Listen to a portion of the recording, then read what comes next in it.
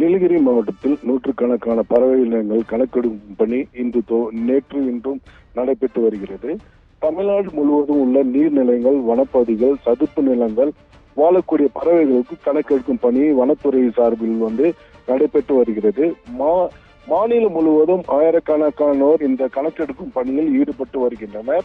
இயற்கை எழில் கொஞ்சம் நீலகிரி மாவட்டத்தில் கணக்கெடுக்கும் பணி நீலகிரி மாவட்ட வனக்கோட்ட, கூடலூர் வனக்கோட்டம், முதுமலை புலிகள் காப்பகம் என மாவட்டம் முழுவதும் உள்ள வனப்பகுதியில் சதுப்பு நிலங்களில் நீர்நிலைகள் கணக்கெடுக்கும் பணிகள் தொடர்ந்து நடைபெற்று வருகிறது. பறவைகள் கணக்கெடுக்கும் பணிகளும் மேலும் புதிய பறவைகள் இங்க வந்துள்ளன என்பதும் கணக்கெடுக்கும் பணியில தற்போது இந்த கணக்கெடுக்கும் பணியில் ஈடுபட்டு வருகின்றனர்.